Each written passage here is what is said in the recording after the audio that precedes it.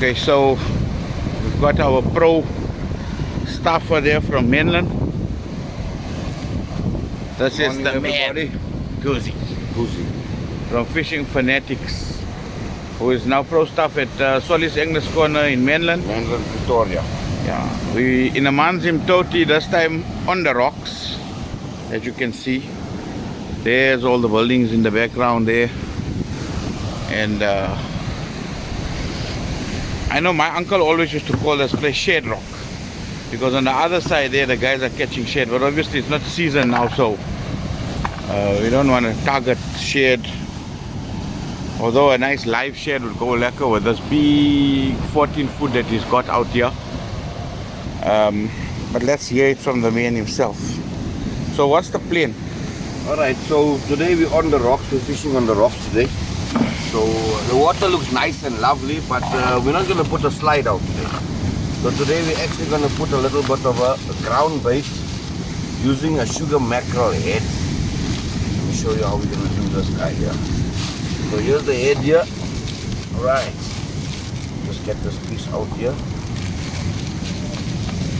Right, there you go. Right, now see how the sugar mackerel bleeds. That's the best part about this bait.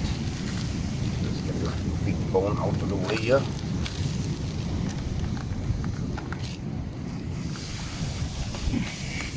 You say you're putting a sugar mackerel head. I'm using a sugar mackerel head. What's the target species? We're going to try and we're going for non-edibles, let's put it that way.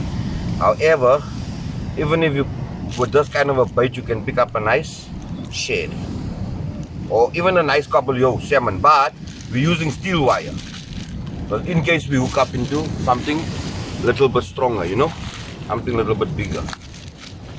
So in this area here, what you normally can So catch? this area is known for nice big shad, a garrick. Garrick, yeah. Yeah, garrick, and it's also known for nice big sharks. So we're just gonna measure up to fill it nicely, as you can see here. There we go. Right. It's a big bait. That's a big bait, yeah. But this is, we're only gonna clip this head on. And the meat is just there for the flavor. the meat is there for the flavor. The head is there for the blood, because most of the blood is lying in the gills right now. Show you that. So you're just tying those pieces together. Yes. You haven't put it onto the hook, no, not yet. We'll come to that part right now. So when we're doing this bait, make sure you got it cottoned up nicely. You don't want it falling out or disintegrating in the water. What's that? Is that something we can get at Solis? This you can get, well, we don't really stock bait right now, but we should be stocking in a couple of months time. But No, I'm talking about the cotton. the cotton you get from Solis, all your basic fishing tackle. We specialize in everything from fly fishing to deep sea to bass fishing to carp fishing to kerper fishing.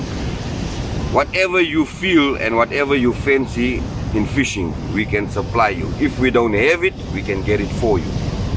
Which is why it makes us, Solis English Corner, one of the most elite fishing tackle shops to actually come and visit.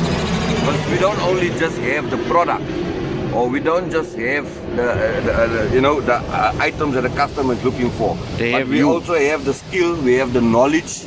We fish, I fish personally, I fish every weekend. So I give you a detail of what's going on, what's happening, what baits to use. And then a lot of guys that took my advice had a lot of good results.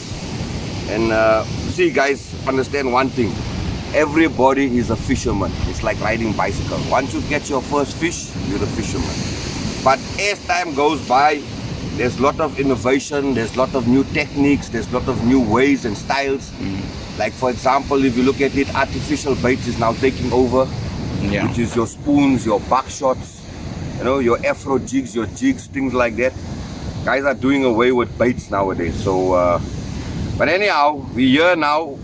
We actually going to put out a nice stingray bait. So this is what my presentation looks like from the one side, and this is what it looks like from the other side. So we got like a perfect ball bait, right? You're focusing a lot on scent here. Yeah, here we're focusing a lot of scent. Reason being, sugar mackerel has got a lot of blood in it. Right.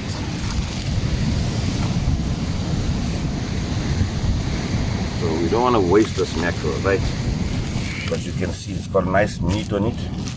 So let's just take out all this here. Throw that down there. And then this guy here, we're just gonna take it and put it on here. It creates more flavor, that's all. So once it hits the water, if it's like a millibone, like a yeah, it serves as something like that. So a little bit of the chum will hit the water, and then yeah. Okay, I see what you're going for there. Yeah. So this also we don't tie onto the cotton, onto the hook with a lot of cotton, and that is just that the bait's got to be nice and well presented. As you can see, we got a lovely ball there. This is what bait presentation also is very important. So, right, next step, guys. Let's put this guy on a hook, and then let's get him out there. So I showed you guys the bait that we made, a little bit of a nice ball bait, little bit flavor. As you can see, the blood is flowing out. The trace that I'm using is a very short steel wire, direct onto my hook with a little floater, and I got a little bit of a teaser here. Is that something that you made? Or this is something I made my own, something that I used over the years, experience, and it works for me. You know what I mean? So that's something you can only get from the that is something you can only get from me. Yeah. Or I can make this for you or show you how to do it. Right. Because it actually helps a lot. If you look at this teaser here, it's got a little bit of glitter on it, so it acts like a skirt. Right. Right. So here we go. What we're gonna do is we're gonna put it through the head of the fish. There's it, solid. That's all we need. Done. Done.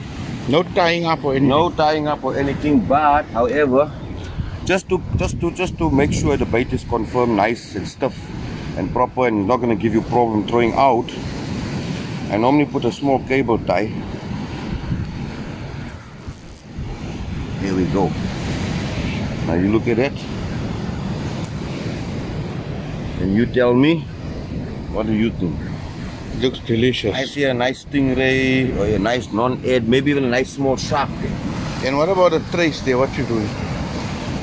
Well, the trace that we're using here right now is just a normal short weight line, short hook line with a steel wire, 100-pound braid in front.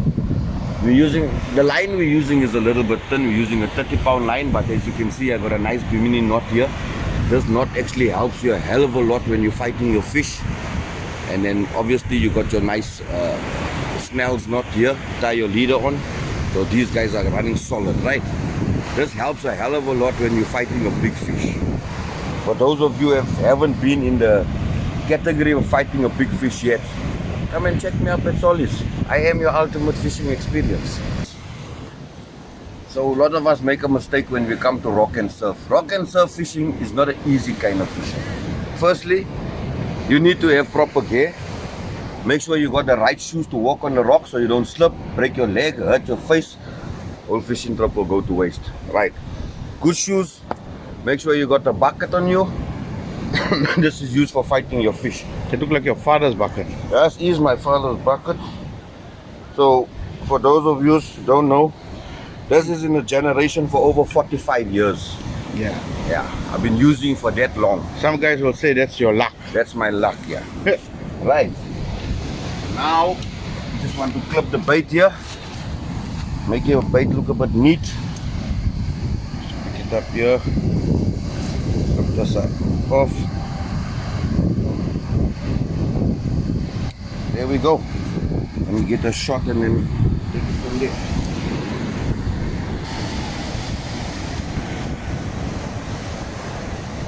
Right, let's go for it. I'm going to hit down to the bottom so I can get a nice clean shot.